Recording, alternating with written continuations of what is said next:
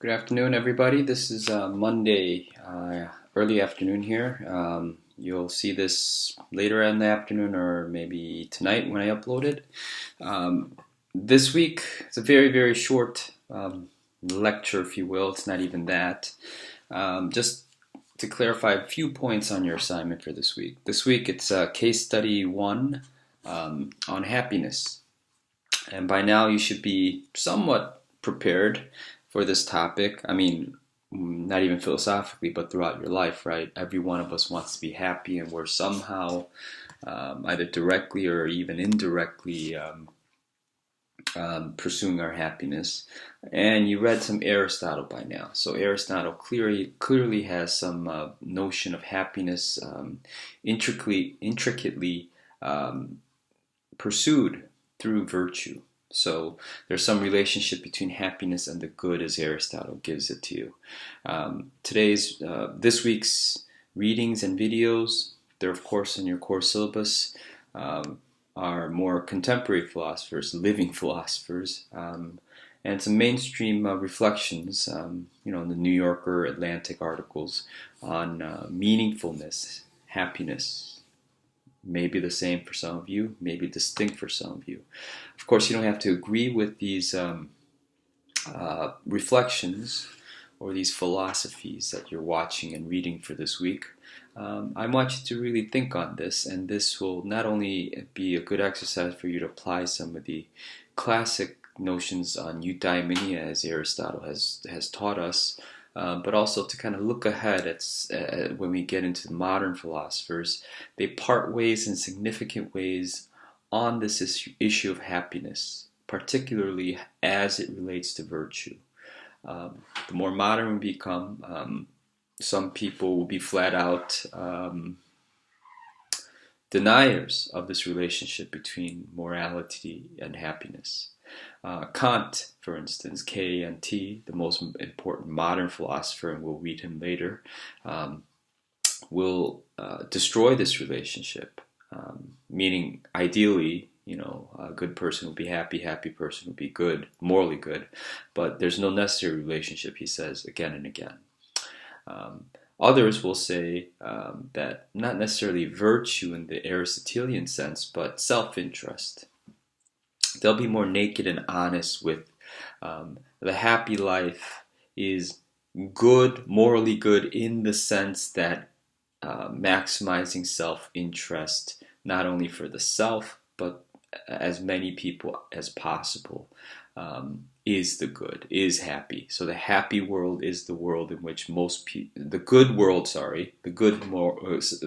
the good society is the society in which most people are happy, as most people as possible are happy. Utilitarianism, that's what I just described. So the notions of virtue, the good, become looser as we get, become modern. This does not mean that there are still not people who will stick to kind of a direct relationship between moral virtue and happiness. Religious communities, best example. For them, you can't think of happiness without thinking of the good, and the good for them is more specifically theological, having to do with God or the universe. One of the questions I raised was many philosophers, if not most, have a curmudgeonly, I like that word, curmudgeon, so curmudgeonly, have a curmudgeonly attitude, I guess, or outlook toward happiness.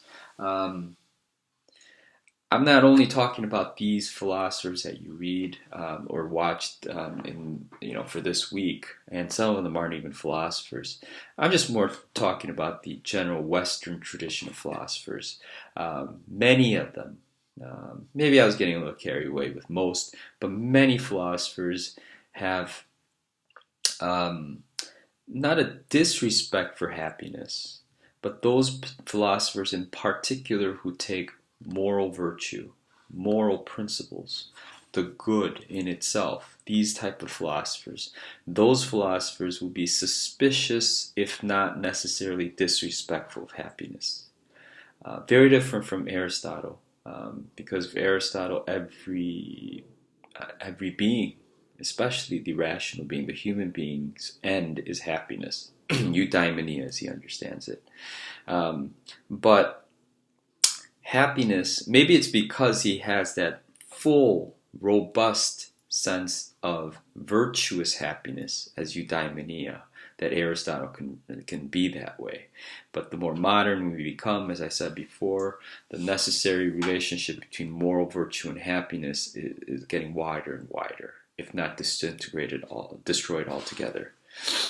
So that's why many philosophers have somewhat of a suspicious attitude toward happiness, meaning that if one is happy, if one is only living for happiness, they may not be living for a higher purpose, meaning the nobility of the rational being, or some sort of noble altruism, concern for other people without self-interest necessarily, or the good in itself.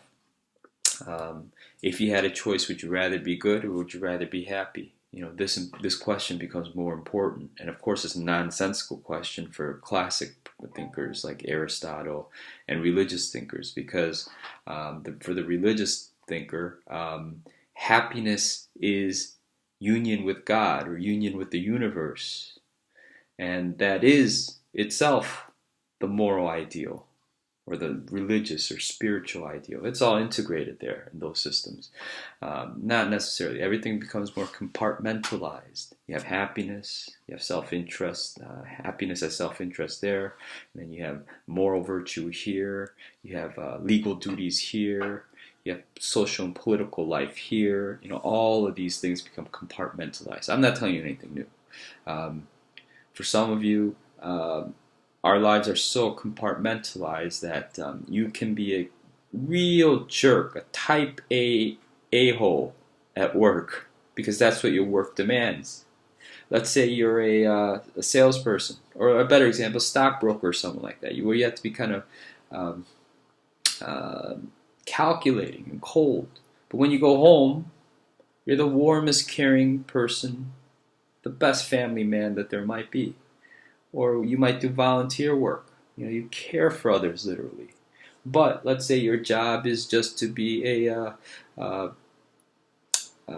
HR specialist going from franchise to franchise in your huge multinational corporation, and you are just really the Grim Reaper. You get that reputation. There are people like this. There's that the George Clooney movie. I haven't seen that movie.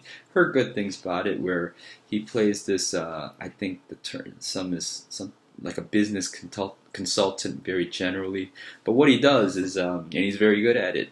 He goes from company to company, and he just fires people, makes the company more efficient. That's his job. That's his profession. In that movie, I don't think he's the nicest guy in the world, but feasibly it might be. It might be.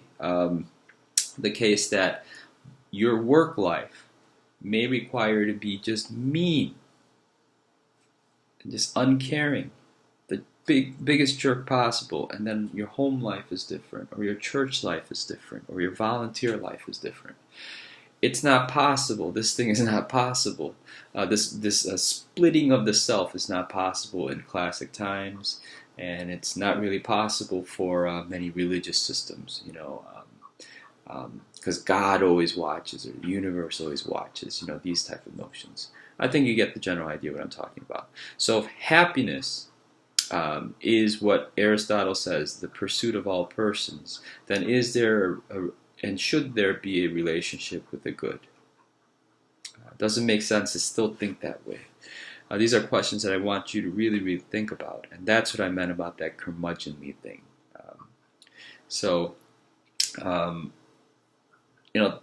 Don't struggle too much about that question. I don't want to, force you to spend hours thinking about that. Not at all. But just know that there are many philosophers, especially modern times, who have a suspicious notion about people who say that they're only living for happiness.